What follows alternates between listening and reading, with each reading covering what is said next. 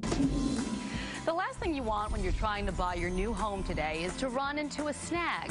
Real estate expert TJ Larson is here with a to-do checklist before you head to your closing. TJ, great to see you. Good to see you. I could have used this information about 3 years ago because you didn't call me, so too bad.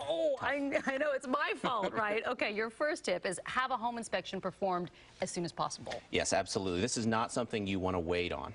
This is where most of the problems could be unearthed on a house, so you want to get them in there. I suggest having these lined up as you're nearing contract execution and not after you have contract execution.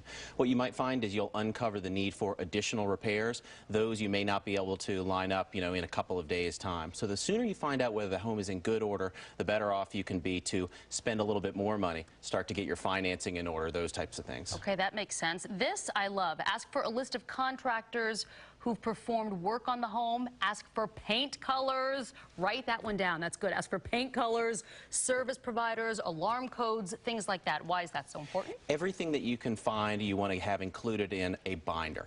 Go ahead and get a little notebook, because you're going to order movers. You're going to be writing a huge check at closing. You've got a lot of things on your mind. Very difficult to remember some things that you're going to need to know just a month after you get into that home, or certainly years after you've been in there. Make sure that you get warranty manuals for the appliances. Make sure that you get user manuals for those. But all this kind of stuff that you think you might need later on down the road. That's good. I think that's a good thing to remember, because we've tried to touch up paint, and we don't have the paint. Can't match it. It drives me crazy. So that would have been a very helpful thing. Also, turn over utilities. Absolutely. What you want to do is try to do this without any service interruption whatsoever. Typically, what's going to happen is the seller is going to leave these utilities on through the day of closing.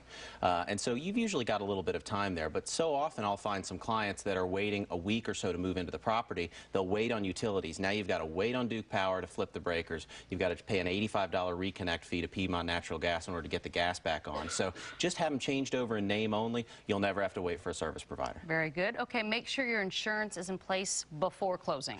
Before closing, and if you have buyer possession before closing, if you're moving in before closing, make sure that your insurance is in place at then, the earlier of those two dates. But you definitely do not want to close on a home or move in prior to having that insurance in place. Yes, that makes sense. And also, of course, perform a final walkthrough. Absolutely. Now, this is the tricky one as far as time is concerned. What we typically find on that is somebody is moving into a home. They've got a lot of different things going on. They're calling the movers, and as they're trying to work through their schedule, they are thinking they might do the final walkthrough right before the closing. And typically that's a little bit too late. If you have some problems, you want to unearth those before you're at the closing table. So I suggest a couple of days in advance you do that final walkthrough, and then right before closing, just go back through one more time to make sure that there wasn't a flood in the house or something happened that would stop the closing process. Very good, TJ Larson. Would you like to wrap before we wrap up your segment? I would, but off camera. Okay.